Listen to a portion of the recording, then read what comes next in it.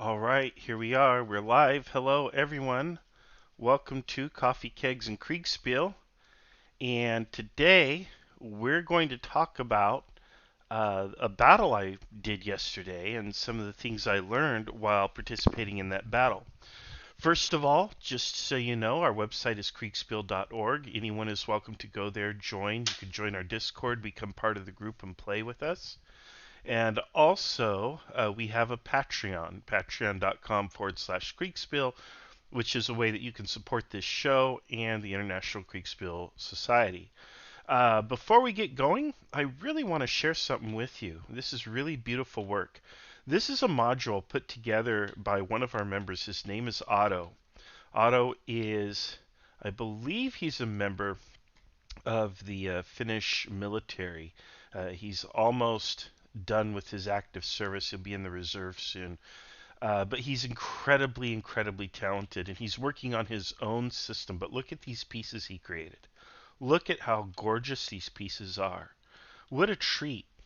Like, I want to run a game today, and I want to use this module and these pieces, but I don't even feel worthy. These are just the most beautiful pieces I've ever seen. Look at how amazing that work is. They're simple but incredibly elegant, very beautiful, very well designed.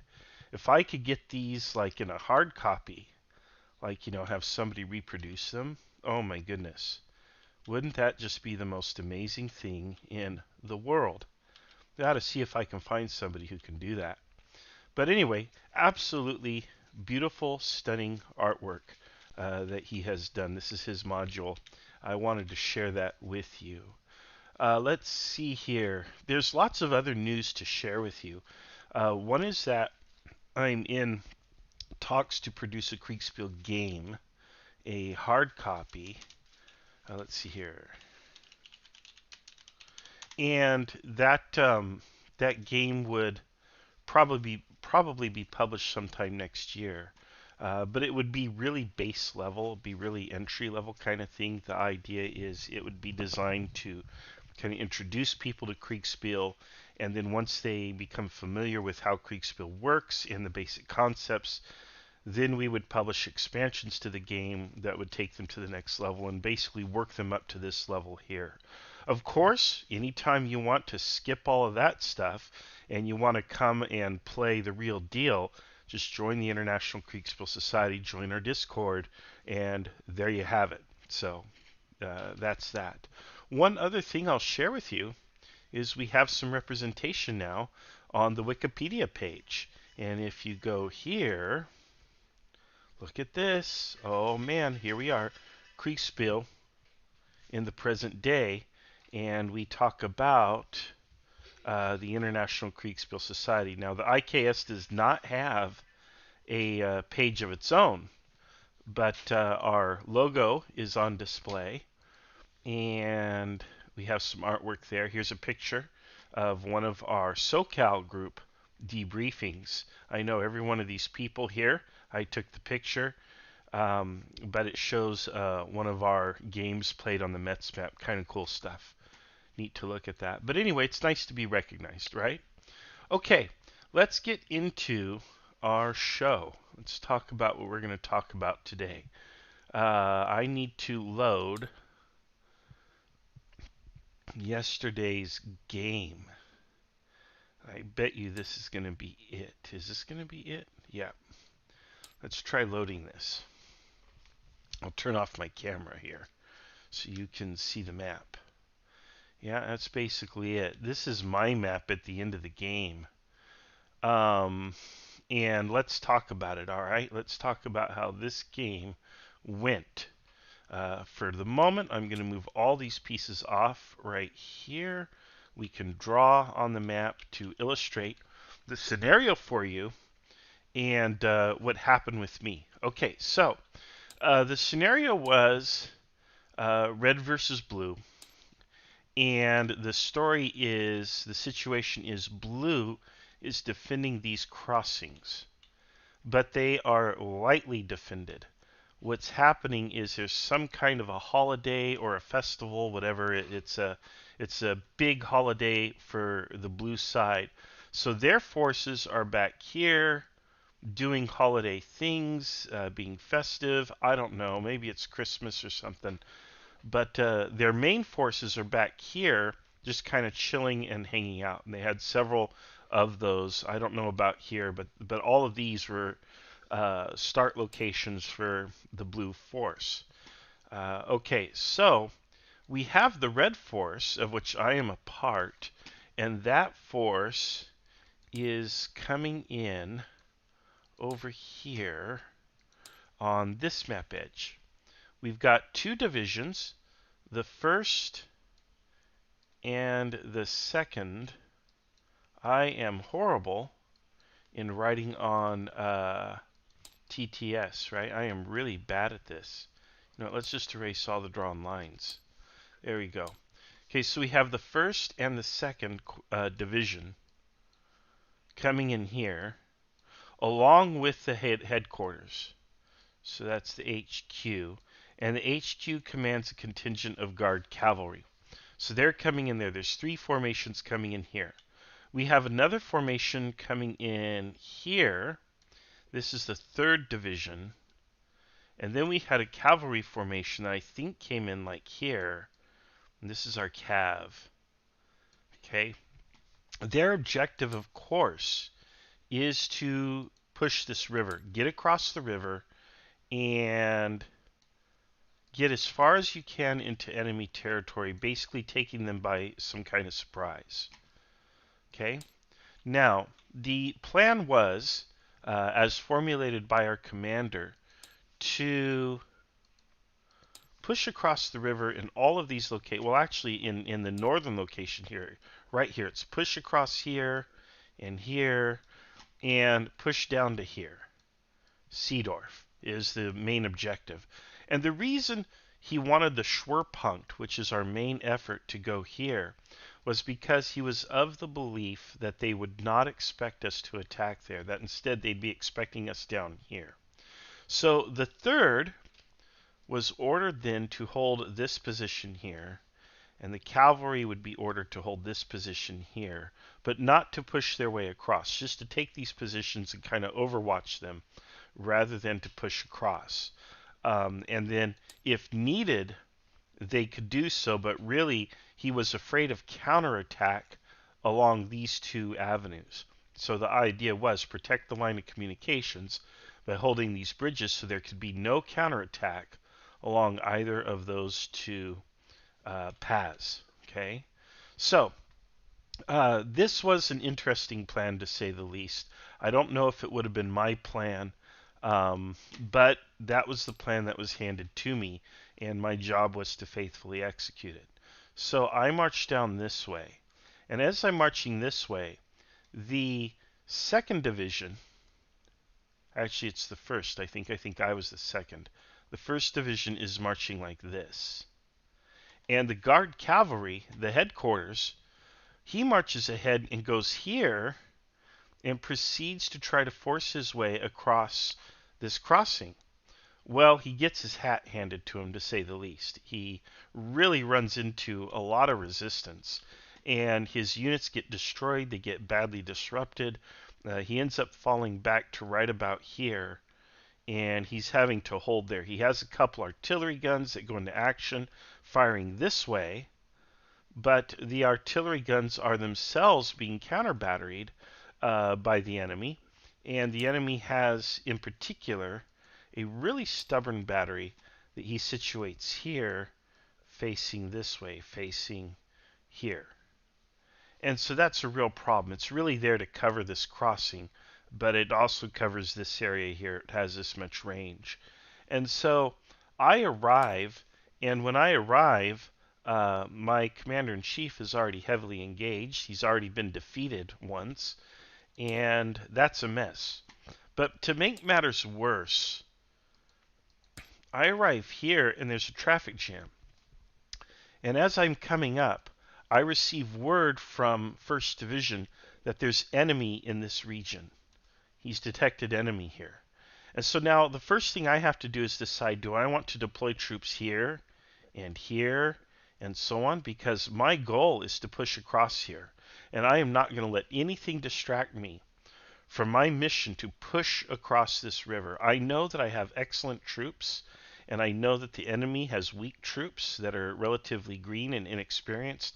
I know I can just shove my way across this river. So I don't want to mess around with this. Because you see, if I get involved in a fight here, then I'm not doing this right here. I can't do two things at once effectively just because of the limitations of command. I mean, I could try, but really, I don't want to mess with this here. And we have a whole division right here. Should not the whole division be capable of clearing this area and dealing with it? So there was some dilemma, and I had some back and forth with the people who were watching the live stream who were telling me, hey, occupy those hills, form up here, push this way, push this way, clear it out, and then you'll be clear to go. I did not want to do that because I did not want to be slowed down.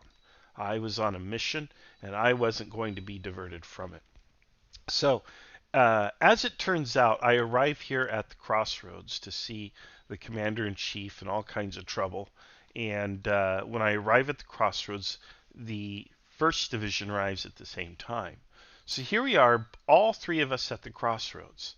And well, first division wants to cross, and I want to cross. And actually, I was a little ahead. I had actually already started to come across. We had artillery here. He had his artillery up here firing at the blue, doing counter battery fire, and I'm already getting ready to push across. Now the question is, what do I do here? And First Division wants to get by so he can fight down here where he's clearly needed. And I don't want to let him by. I want to push across the river because there's strong resistance here already. We've already been repulsed here. Here's an opportunity. I want to get across the river. So I didn't let him through. Or at least I ended up making a compromise saying, let me put two brigades and a battery across, and then I'll stop and you can cross behind me. So he agreed to that plan, and I began pushing my way across. And as predicted, the enemy retreats. I clobber the crud out of them. There's no problem. It wasn't even a fight. But we push across, and now we are here. And now there's this artillery gun. We're literally staring up the muzzle of this artillery gun. And what do we do now? And so I happen to still be in contact with 1st Division Commander, and he says, don't worry about it. I'm doing counter battery fire. Why don't you turn south towards New Goldberg and clear that? And I'm like, but if I don't do something about this artillery gun, they're going to get enfilade fire on my infantry as they cross, and that's not going to be pretty. But he assured me, he's like, no, I'll deal with it. And so I really kind of had to kind of make a political decision here. And that's really what it was, because I think the tactical decision that would have been correct would have been for me to charge the battery since I was already there. I had really good troops. I could have absolutely carried that battery. However, if I did that, this would be the second time in a row I'm denying my comrade what he is reasonably requesting or requesting to do, whatever. And so I felt kind of bad. I'm like, maybe I shouldn't be so insistent. Maybe I should trust him and give him the chance to do what he says he can do. And so I did that. I turned south. I exposed my flank to the battery, and I put the fate of my 1st Brigade in the hands of my comrade, the 1st Division commander. And you know what? He delivers. He drove this battery off. This battery went into full retreat. He took off. And so he did not fire on my troops. The battery was handled, and my men were safe. So kudos to the 1st Division commander, who then, according to my word, was able to come south and begin fighting down here.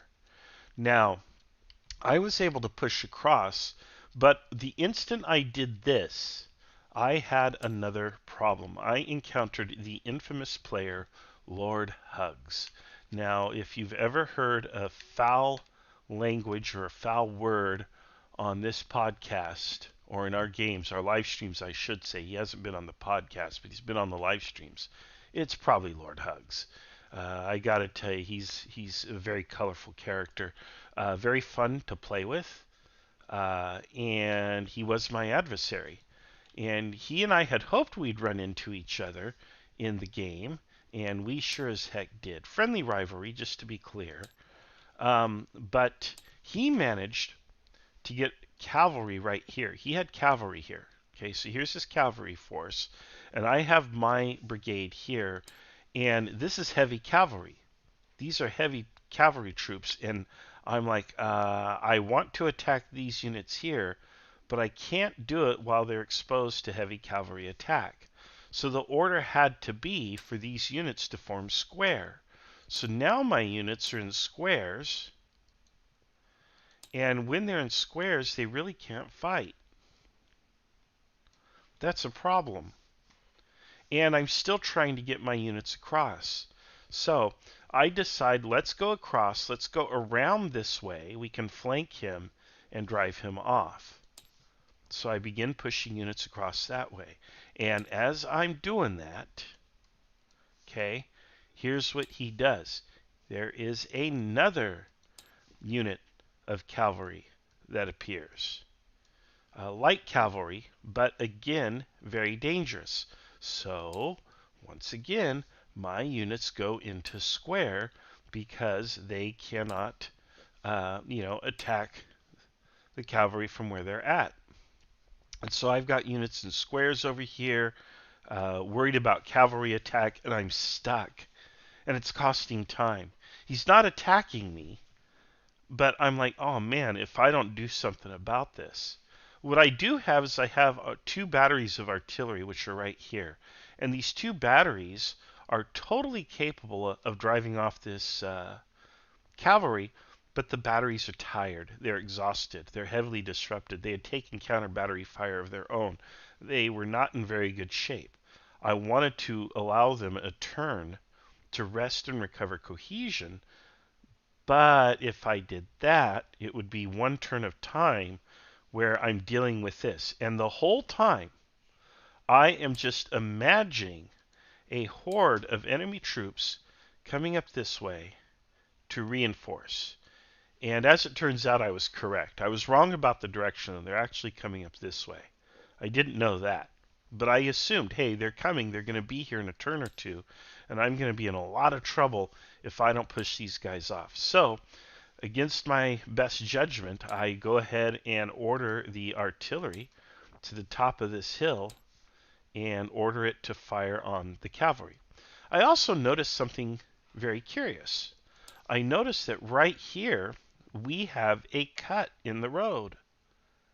And I happen to have a brigade in square on this side of that cut, which is silly because the cavalry can't just charge across that cut. So I order my infantry to go into line here, fire across the cut on the cavalry, which has the desired effect of pushing them back. And it works. It works. These guys also get pushed back. I also have light infantry, which I put into the woods here, to pepper these guys with fire, and again, it pushes them back. So at the end of the battle, because the battle ends about this time, I'm gonna put the pieces on the map that were on my map at the end of the game. You know, why don't I erase all? Why am I doing this the hard way? Whoever said I was smart. And this is what I had on my map at the end of the game. I think, yeah, they were like that, pretty much. Okay, so these units had actually fallen back here. All of these guys had kind of come out in advance. These guys had fallen back. This had fallen back, and I think they were actually redeploying. They were going to go to work. These guys were actually in a line here on the edge of the woods. So I had a lot going on, but what I was doing was I was ready to break out this way, except the enemy had a lot of reinforcements coming up from the south. And in fact, what had happened was our units really got tore up right here, and right here. They had tried to push across, and they had been severely beaten, and they were back here in a disrupted state, trying to recover their losses and their disruption. Here, this was stalemated, although I'm sure we would have possibly pushed through, although the impact of these reinforcements, which included enemy guard troops, would have been debatable. So at the end of the day, I was the only one to cross over the river. And um, I'm not certain what my fate would have been. I probably would have been forced onto the defensive. And how long I would have been able to hold, I don't know. I probably would have been able to hold, especially given these cuts, these roads. The problem is that the rest of the army is basically defeated. So I would be subject to being cut off or whatever by blue forces. So it's not a position that I'd be able to hold. All right. A sneeze. My goodness. In case folks don't know, my wife sadly has COVID, and I probably have some symptoms myself. Fortunately, fully vaccinated. So, whatever symptoms I am having, which I am having, are extremely mild. So I would say get your shot, but it's up to you. It's your choice. It's your body. But that's my advice. All right. Neither here nor there. Let's see here. So, some lessons. Some lessons. First of all, among the lessons is don't be so darn stubborn. I need to, um, you know, uh, I think I made the right call not getting involved up here because it ended up not being any enemy there at all. It ended up just being a false report. So that was the right call, and I kind of had the sixth sense about it, and I trusted that, and it paid off because otherwise it would have cost about a turn of movement to mess with this, maybe even two at worst. But I think really only about one turn is what it would have cost, and that would have been expensive since time was of the essence. The other lesson was I should have allowed First Division to do this, and then I should have gone here to do this, or like this to do this. And the reason is simply logistical, right? It's time. By doing it that way, I would have avoided a traffic jam. And so here I am obsessed with time, and I'm doing the thing that actually takes longer. I'm literally making my fellow division commander wait to enter battle because I have tunnel vision. I am focused on pushing across right here. This is what I was going to do. This is what I'm made to do this, right? It's my destiny. And I think that impacted things. That cost him a turn for sure, maybe two. And I don't know if that's really decisive for us because of other things that are happening elsewhere on the map. But I could have been faulted for that pretty heavily. We could have said that had we had the two divisions across, because imagine if I'd gotten across at New Goldberg and that guard had come up, well, guess what? I'm defending here. That guard's not getting through there. And now we have this wide open.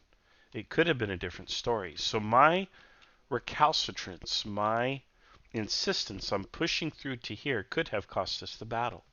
Yikes, right? That's a hard lesson. I can't say that it did, but you know, the historians would get a hold of this, right? And somebody would have some controversial opinions a century or two later. The other thing was with the cavalry is I wasn't paying attention. I allowed these units to go into square when I should have looked at the road and said, hey, you can be shooting across that. No square. Just attack. Just shoot. That could have really been the key to the position. That could have saved me a turn. I think moving the artillery to the top of the hill, despite its disrupted state, was the correct move, though. That was a wise move on my part. I figured they could rest later after, busting out. Um, and really, dueling with Lord Hugs was a lot of fun, but I let him steal time from me, which was really his goal. Being cavalry, it really wasn't up to him to stop the infantry advance. It was up to him to slow the advance, and he did that. And in fact, he stopped me for a couple turns. And that's very expensive. Again, that's decisive. So even though tactically I was able to push him back once I had my whole command up, because once I had my command up, there wasn't much he could do, especially the artillery. But I let him control the situation for a turn longer than I probably should have. And I should have considered being very aggressive. I even told the umpire, I said, no, we need to attack, we need to push. I have blocks. I can lose a block. I don't have time. And I think that was the correct call on my part to do that. But that correct call came a turn too late. So you can see where I made 2 or 3 mistakes. And those mistakes cost 2 or 3 turns of time. And had we had that time, I think it could have been different. We could have dealt with this here and then moved on. And we could have been down here defending instead of up here defending and here defending. And it would have been a much different outcome. So, in a way, while a lot of people might blame the commander in chief for the plan and whatever happened, and sure, the commander in chief's responsible, in many ways, I think the case can be made that the second division commander bears a substantial portion of the blame for the outcome of the battle. All right, hello, Achilles, on the live stream.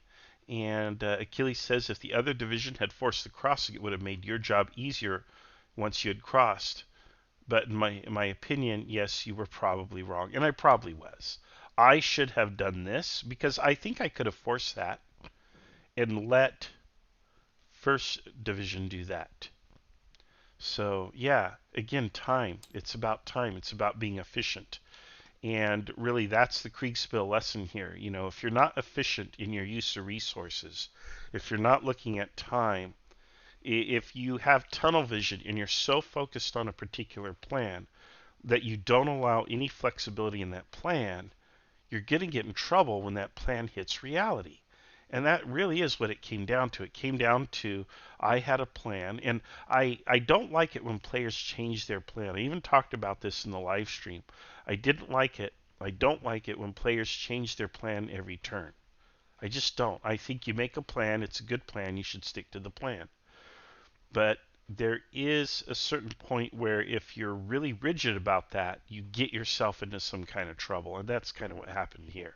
I was too rigid. And technically, I wasn't the one that got into trouble. I could sit here and argue all day that I was the hero because I was the one who pushed across the river.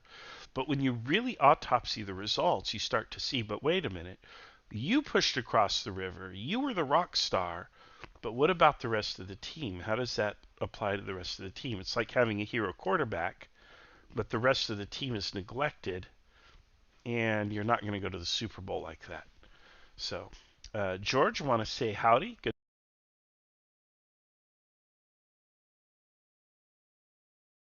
There we go. My headset tends to give out every 30 minutes. I have to find out why it does that. And Achilles says the fun is making decisions based on limited information in a hurry. And you're right, and sometimes those decisions are wrong. But again, we use this as a learning exercise. So the idea is we should learn from what happens here and, grow as a result and make better decisions in the future. And that's really the secret to getting good at Kriegsspiel is having that experience that, hey, if I do this or if I'm flexible here or rigid here, it's going to have, a beneficial or a negative outcome and so on. So there you go. Like they say, right? Good judgment comes from uh, mistakes, and mistakes come from bad judgment or something like that. I can't remember how it goes. That's part of it. That old saying applies. So. All right. Well, everyone, I want to thank you all for joining me on the podcast. I hope it has been informative and interesting to you. This is one of the more fun ones I've been able to do. We'll be back again next Sunday. I'm going to try to run a Kriegsspiel game today if I can, among all the other duties and things I have to attend to. So we'll see what happens, but I want to thank you all for being here. and we will see you on our next adventure.